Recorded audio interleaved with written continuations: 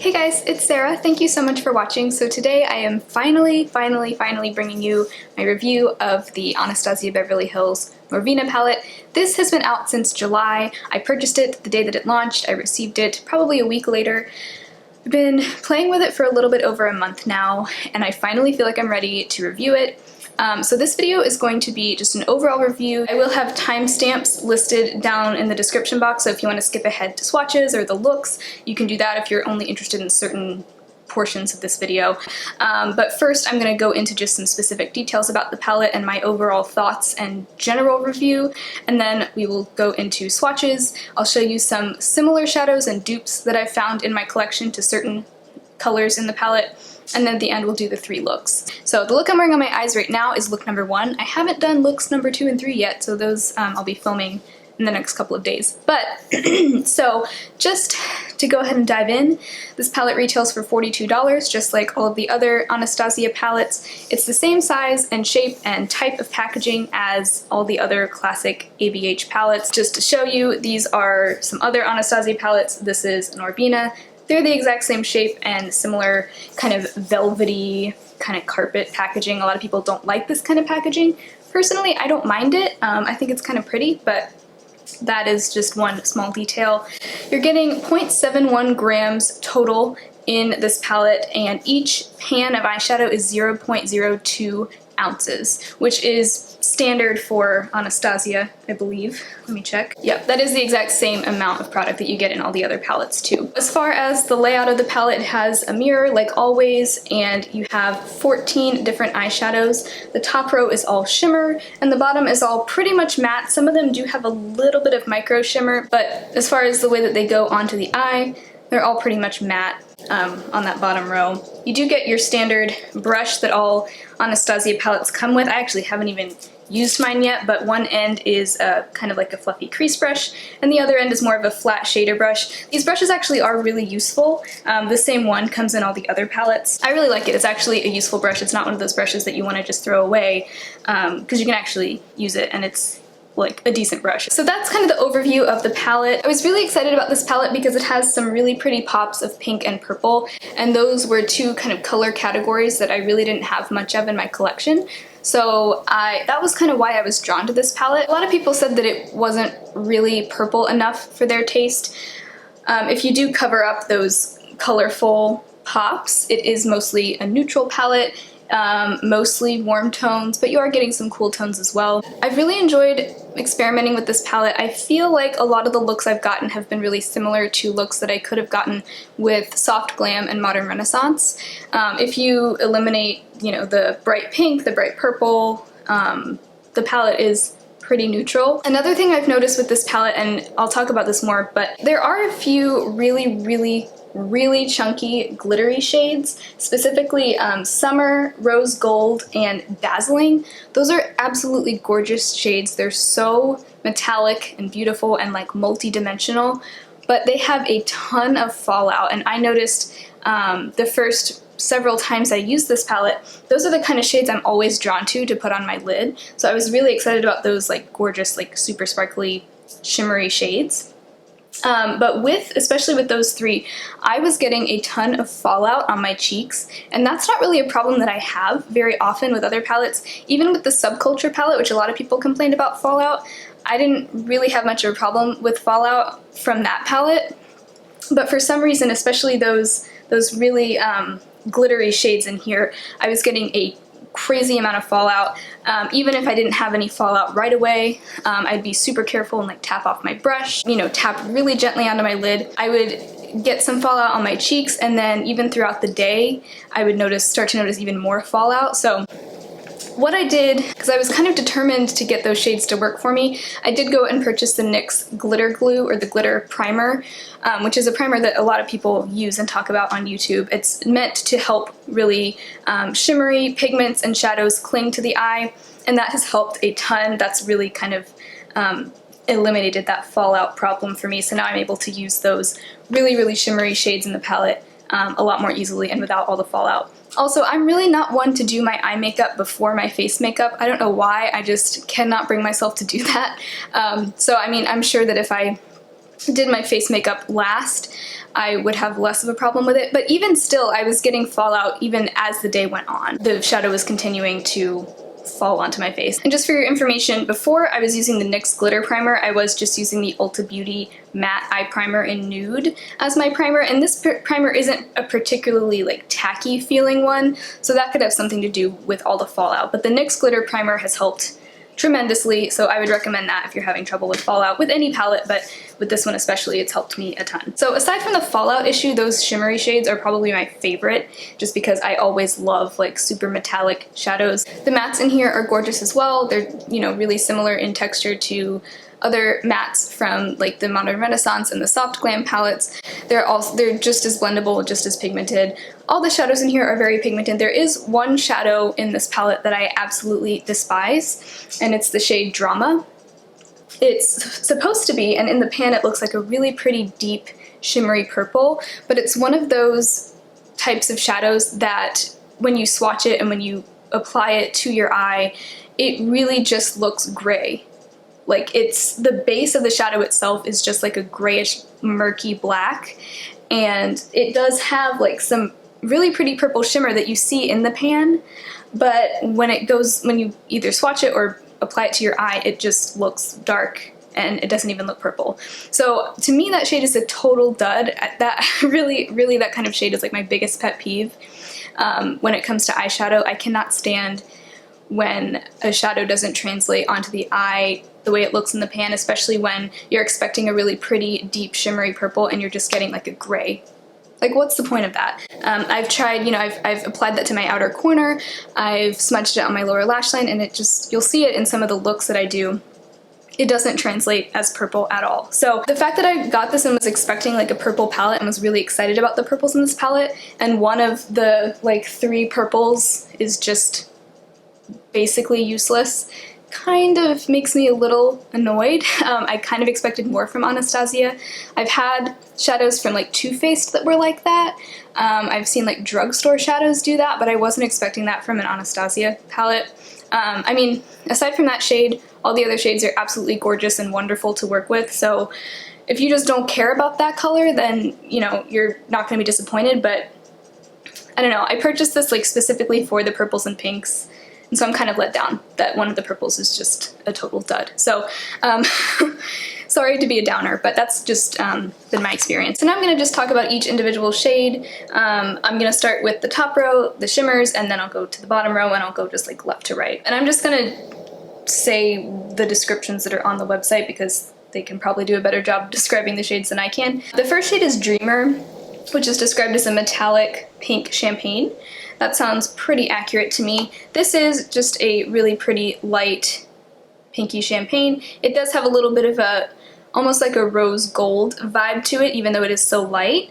And that's the kind of shade that I would either use all over the lid or in the inner corner. Today I have that in the inner corner.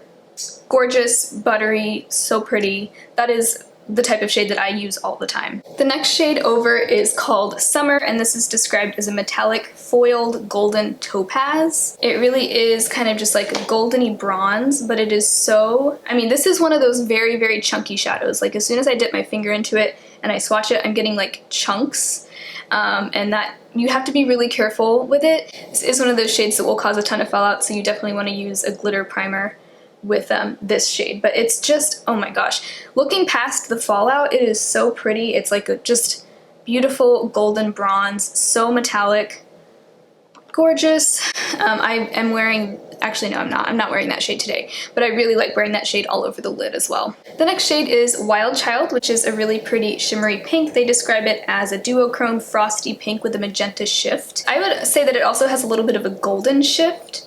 And this is a little bit sheer. It's really pretty used as kind of like a transformer shade, like layered over the top of another shade. I layered it over like a gold cream shadow base, and that was beautiful. It's also really pretty on its own, but it's not going to be quite as like opaque and punchy as the other like metallic shimmers in this palette. But that is a gorgeous color. I don't have anything else like that in my collection. The next shade is Rose Gold, which they describe as a metallic rosewood. It's definitely a bit of a deeper rose gold. Gorgeous, again, super metallic, and also, again, a shade that you want to use a glitter primer with. The next shade is Celestial. This is one of the purples in the palette. It's called a Duochrome Plum with a violet shift. This is a color that I'm excited to use all over the lid just for like a really pretty colorful pop on the lid. I haven't done that yet, but I'm thinking I'll do that for one of my 3 looks in this video. But gorgeous, gorgeous color. Again, I don't have any other color like that in my collection, so I'm excited to have that in this palette. The next shade is Dazzling. This is one of my favorites in the palette. It's a duochrome cool tone bronze with a violet shift. I feel like Dazzling, Rose Gold, and Summer are all pretty similar in terms of texture. All 3 of them are ones that you need, again, you need a glitter primer. You need to be really careful with fallout, but they have that gorgeous, opaque, metallic finish. They're all kind of similar, but Dazzling is definitely a little bit more bronzy. But yeah, that is, I mean, that is absolutely freaking gorgeous. I love that color. That's one of my favorites, again, to wear on the lid, and that actually is what I have on my lid right now. And then finally, the last shade on that top row, I already complained about this one. This is Drama. It's a, they call it a duochrome aubergine with a cool bronze shift. Oh gosh, this one really does irritate me. I mean, it just looks dark to me. I guess in the swatch, I really did layer it on pretty thick in the swatch. You can see the purpley aubergine color there, but when it's applied to the eye with a brush, which is how I would normally apply it, I don't really see much of that purple showing through, so that shade definitely, like I said, disappointed me. Moving on to the bottom row, these are the mattes in the palette. The first shade is Base, which they describe as a matte eggshell. Definitely, that's pretty much what it is. It's just a matte cream color. This is the shade that I would use a lot to highlight the brow bone. It's a nice color. There's nothing wrong with it. I have nothing negative to say about it. It's very similar to like Wet n Wild Brulee. That is a shade that a lot of people want out of a palette, and I do find it very useful. So that was Base. The next shade is Soul. This is one shade that I was really excited about. They describe it as a matte wisteria. When I saw the pictures of this online, I was really expecting that to be more of like a light periwinkle color, like a little bit more bright than it actually is. But this shade actually is a little bit more gray than what I was expecting. It's pretty. I mean, it's still a really pretty color, and it's still very unique to my collection, but it's not quite what I was expecting. It's a little bit more dark and grayish than what I thought it was going to be, but that doesn't mean it's a bad shadow, and I still think it's really pretty. Just not what I expected. Did I say that enough times? The next shade is Incense, which is just a matte, warm brown, great for the crease. It's really nothing all that unique about it. I have similar shades in other palettes, but it's nice to have in this palette just as that like standard warm crease color. The next shade is called Love. That's a matte mid-tone cool pink. It's actually not 100% matte, to be technical. It does have some little shimmers in it, but really when you apply it to your eye, it's gonna look matte. I wouldn't say it's 100% cool tone. It actually can look a little bit warm on the eye, but I do really like that shade. I especially like it. Today I used it just to kind of blend above the crease, kind of around the border of the crease, and it gives it a nice like little bit warmer look. And by the way, I had Incense in my crease, so that is a really nice shade to use either on its own or just to kind of blend out the crease. Volatile is the next shade. That is a matte warm charcoal. They say it's warm. I would call that more cool than warm, honestly.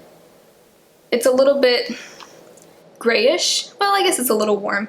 It's like a plummy gray, I would say. That's how I would describe it. But it is a little bit more on the cool side than Incense, so you kind of have two nice like matte crease options. And then Eccentric is a matte dark burnt orange. Also nice. I don't have anything bad to say about that. Nothing too, it doesn't really stand out to me too much, but it's nice to have. And then Passion is a matte deep garnet. That is really pretty. I have that in the outer corner today.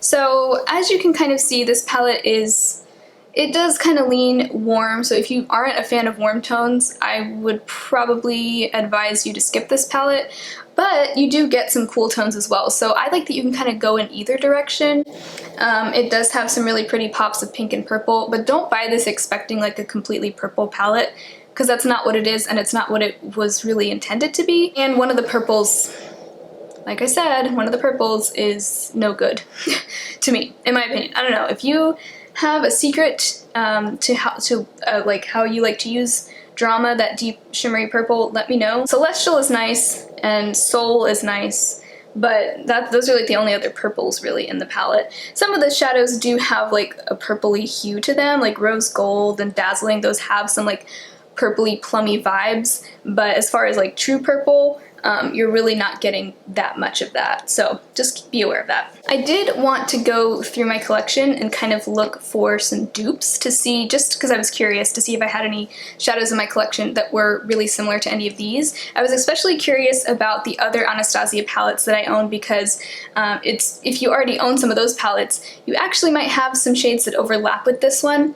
None of them are actually named the same as any of the other Anastasia shades in other palettes, but there actually is a little bit of overlap, especially, well, you'll see. I wasn't able to find dupes or really like close colors of every shade in the palette, but I did find some really close ones. There were a lot of really similar colors in Soft Glam, and I know a lot of people said that Norvina looked a lot like Soft Glam if you just covered up the purples. That's kind of true, but I did find that Dreamer, which is the light shimmery champagne color in Norvina, is kind of similar to Glistening in Soft Glam. It's not the same, but it is similar. Glistening is a little bit more gold, and Dreamer is a little more pinky, but they are similar. You'll see in a close-up. You do kind of get a pretty similar effect on the eye, but I would say that Dreamer is a little bit more of like a pinky color than Glistening. I didn't really find any shades in my collection similar to Summer or Wild Child, but Rose Gold actually is kind of similar to the e.l.f. Long Lasting Lustrous eyeshadow in Soiree. It's not exactly the same. The e.l.f. is a little bit more cool and purpley, whereas the Rose Gold has a little bit more of a, obviously, gold look to it, but it is pretty similar. Another couple of shades from Soft Glam that are similar to Rose Gold are Rose Pink and Sultry. I actually think that Rose Gold from Norvina is kind of like a cross between Rose Pink and Sultry. Rose Pink from Soft Glam is a little bit more of a true rosy color, a little bit lighter, and Sultry is a little bit deeper and more brown. If you already have Soft Glam, you can get a similar effect with that shade, is what I'm basically getting at here. Celestial, which is that purple right there. I didn't have anything in my collection that was similar to that. The next shade is Dazzling. I didn't have anything exactly like it, but it is also kind of similar again to Sultry from Soft Glam, although not quite as deep. And it's also sort of similar to Grandstand by Makeup Geek. Grandstand is a little bit lighter. Actually, that is really different looking now that I see it on camera. But I would say it is pretty close to Sultry, although Sultry is deeper. So again, I wasn't really able to find anything from my collection that was exactly like Dazzling, but there were a few kind of similar shades. Let's see, Drama, I didn't have anything else really similar to Drama. Getting into some of the matte shades, so Base, I wanted to compare it to Wet n Wild Brulee. That is pretty similar. It's not quite the same exactly if you want to be super specific about it. Base has a little bit more of a yellowy undertone, whereas Brulee is a little bit more just like a neutral undertone, but they pretty much both achieve the same effect. But I mean, no one's really going for like a matte cream color to be unique in their collection. I think it's just kind of one of those shades that pulls the palette together, and it gives you that like matte brow bone color. I did also compare it to Tempera, that's in both Soft Glam and Modern Renaissance, and it's pretty different. If you look at it up close, Tempera is a little bit more of a satiny finish and it has more of a pink undertone. I mean, on the eye they look really similar. So the next shade, Soul, which is that matte bluish wisteria color, as they call it. I didn't have anything like that. Incense, I do have a lot of similar shades in my collection. Incense was really similar to Rustic in Soft Glam. It's also similar to Burnt Orange, which is also in both Soft Glam and Modern Renaissance. It was also pretty similar to Raw Sienna, which is in Modern Renaissance. Those all kind of go on looking the same. Burnt Orange is a little bit lighter, but they're all pretty similar. So Incense is probably not something that's going to be that unique to your collection, especially if you already have other ABH palettes, but it's there and it's useful. Love, again, I didn't have anything similar to that. Volatile was actually really similar to a shade in Subculture. It's very similar to Mercury in Subculture, although Volatile has a little bit more of a purpley undertone, whereas Mercury is more of just like a flat gray. Eccentric is this kind of more orangey color. This is also pretty similar to Burnt Orange that's in both Soft Glam and Modern Renaissance, but definitely a little bit deeper and more orangey. And it's also actually kind of similar to a shade from the Milani Bold Obsessions palette. Shade here in the top middle, it's actually called, these do have shade names by the way, it's called Sweet as Honey. Finally, Passion, which is this deep reddish color down at the bottom, is actually really similar to a couple of other ABH shadows. Mulberry in Soft Glam. They have different names and they do have some very, very slight differences, but they look so similar when you swatch them.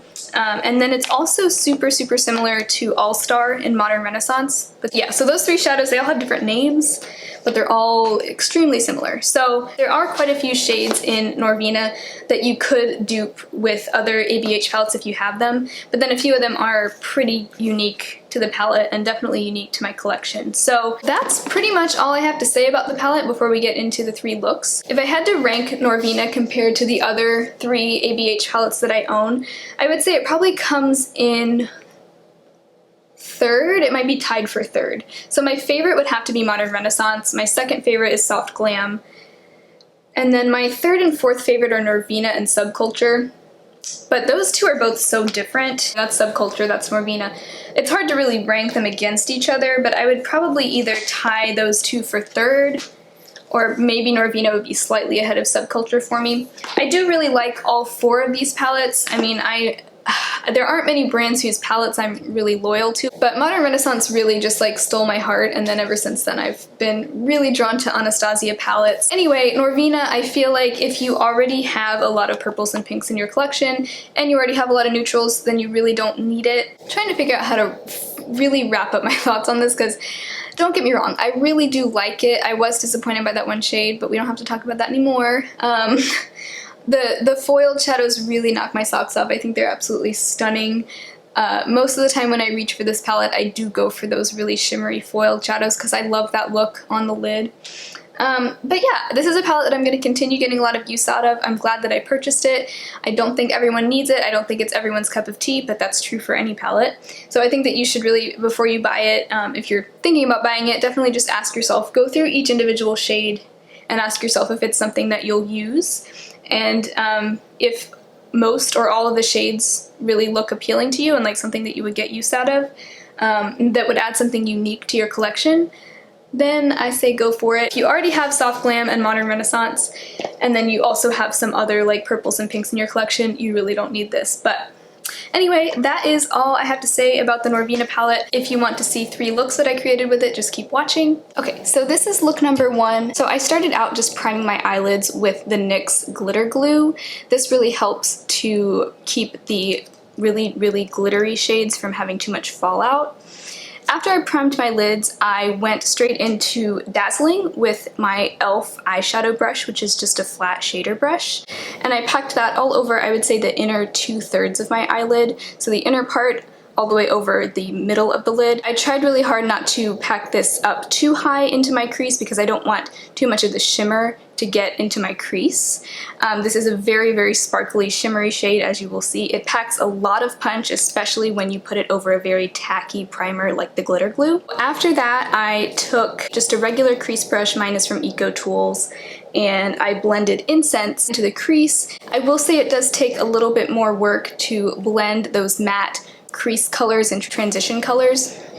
When you do have a super tacky primer like the glitter glue on, it takes a little bit more work, but it is still possible. So I blended Incense all the way up into the crease, and then I took a smaller brush. I took the Real Techniques shading brush, which is a shorter, smaller, more targeted brush that I like to use for the outer corner.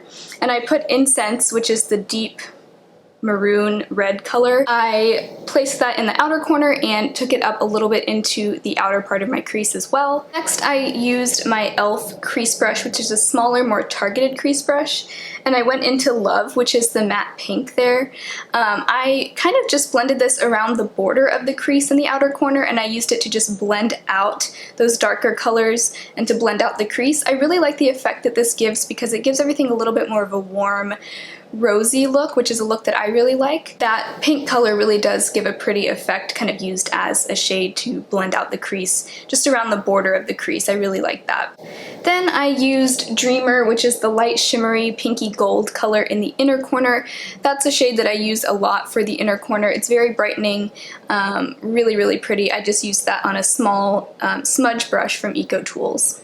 I highlighted the brow bone with Base, which is the matte cream color. And then for the lower lash line, I took Drama, which is the deep purple color. I blended that with a small smudge brush on the lower lash line, and it really just looks dark and gray and like almost black. It doesn't look purple at all. So then I went into Celestial, which is the brighter shimmery purple, and I kind of just layered it over that. I also took that all the way under into the inner part of my lower lash line, and that really did give a nice pretty pop of purple. But I really was disappointed with Drama because it just doesn't go on looking purple at all. It just looks dark. Then at the end, I did take a little bit more of Dazzling onto my finger and just patted that on the center of the lid just to kind of make that pop a little bit more.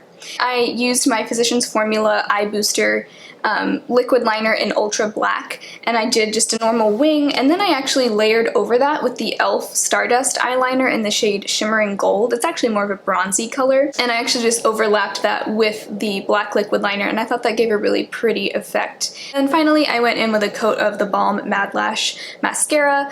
I actually already had a little bit of this on already before I started doing the eye look, but I finished it off with this. I did this on the upper and lower lash lines. On the lips, I did just the Jordana lip liner in Tawny, and then I went over that with my Ulta Beauty Nude lipstick in the shade Pink Chocolate. So that's the look. That's the first look that I did with the palette. Stay tuned for look number 2. So for look number 2, I started out just priming my eyelids with my usual primer, which is the Ulta Beauty Matte Eye Primer in Nude. This is just kind of a standard primer. It's not as tacky as the glitter glue, and since I wasn't going to be using any of the super chunky, soft, glittery shades in this look, I decided to just show you what the shadows would look like over a normal primer. So after I primed my lids, I went into the crease with a crease brush. I just used my Wet n Wild crease brush. It's kind of a large, fluffy crease brush with Love, and I just blended that all throughout the crease kind of as my transition shade. After that, I just used the brush that comes with the palette, and I used the side that is more like a crease brush, and I went into Volatile, which is kind of like the purpley gray, and I went into my crease with that as well. I did a little bit more of a targeted application of that. I didn't blend it up quite as far as I did Love, just to kind of deepen up and define the crease a little bit more. Then I took a flat shader brush. I just used my e.l.f. eyeshadow brush with Celestial, and I packed that over most of the lid, most of the center of the lid. I felt like I really had to build that shade up. It's not a shade that really packs a huge punch right off the bat, so I really had to kind of build it up. And I feel like I could just use a little bit more impact from that shade. It looks like it would be a really pretty bright purple, but it definitely took a lot of building, and I feel like I still didn't quite get the intensity with it that I wanted. Next, I took the other side of the brush that comes with the palette, the more of like the flat side, with Wild Child, and I packed that over the inner third of my lid, kind of overlapping it with Celestial, and I also took that in around the inner corner. Again, I felt like I had to really build that shade up.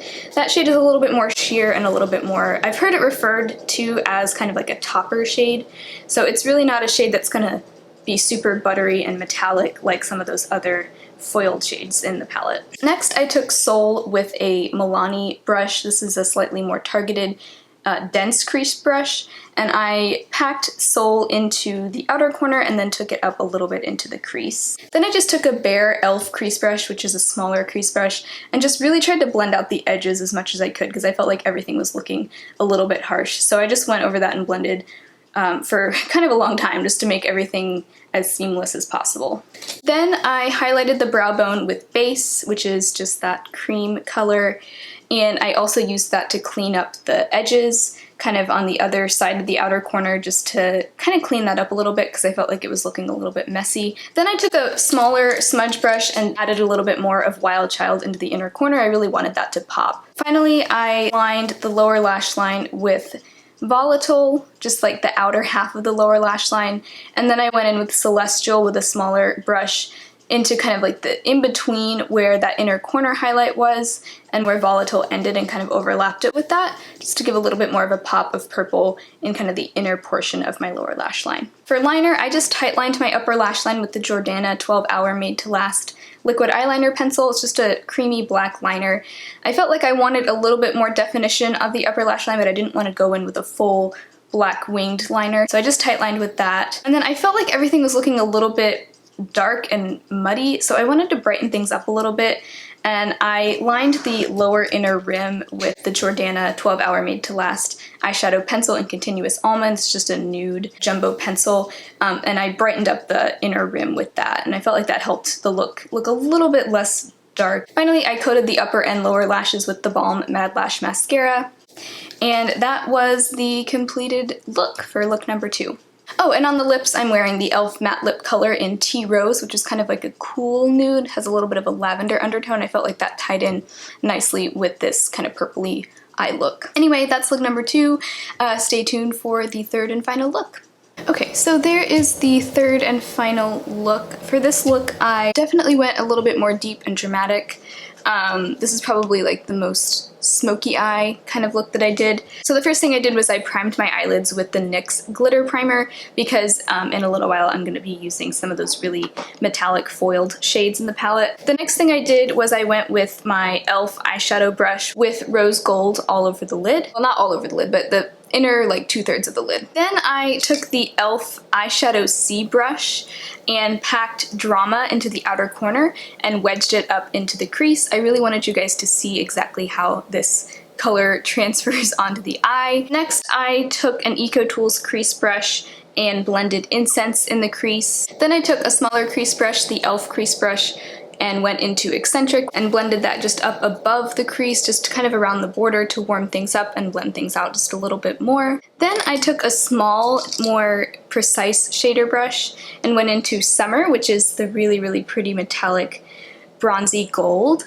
And I patted that in the inner corner and kind of on the inner 1/4 of the lid and overlapped it a little bit with rose gold to create kind of a really pretty gradient. I really like the effect that that gave. I went in with my finger back into rose gold just to kind of redefine that and pat that onto the center of the lid a little bit more, just to really make that pop. Then I highlighted the brow bone with base and of course used that to clean up around the edges where I did the outer corner, because that was looking really deep and honestly a little bit messy. Then I took a smudge brush and smudged Drama on the lower lash line, kind of the outer half of the lower lash line. And then I went with a smaller brush with rose gold and smudged that kind of on the inner 1/3 of the lower lash line, in between the inner corner color and Drama, and kind of just overlapped that. And so the lower lash line actually kind of mimics what's going on the lid, because it starts out with Summer and then it fades into rose gold and then it fades into Drama. And I really like that. Even though I don't love the shade Drama, I wanted to just show you what it can do. And so this is what it looks like. I didn't do any liquid liner on the upper lash line or any kind of liner on the upper lash line with this look.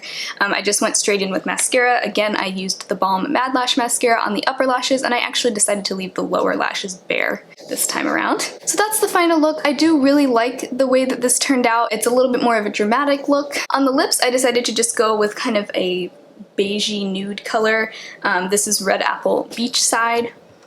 I usually like to pair kind of a nude lip with a deeper, kind of more dramatic eye look.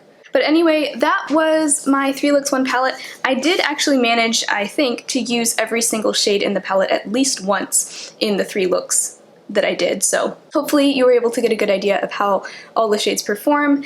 Let me know, are you going to be picking up this palette? Have you already gotten it? What do you think of it? To be honest, it's not my favorite from Anastasia, but I like it and I'm able to get some really pretty looks out of it. And I enjoyed doing this video for you guys, so I hope that you found it helpful. If you did, make sure you subscribe to my channel, and I will talk to you guys next time.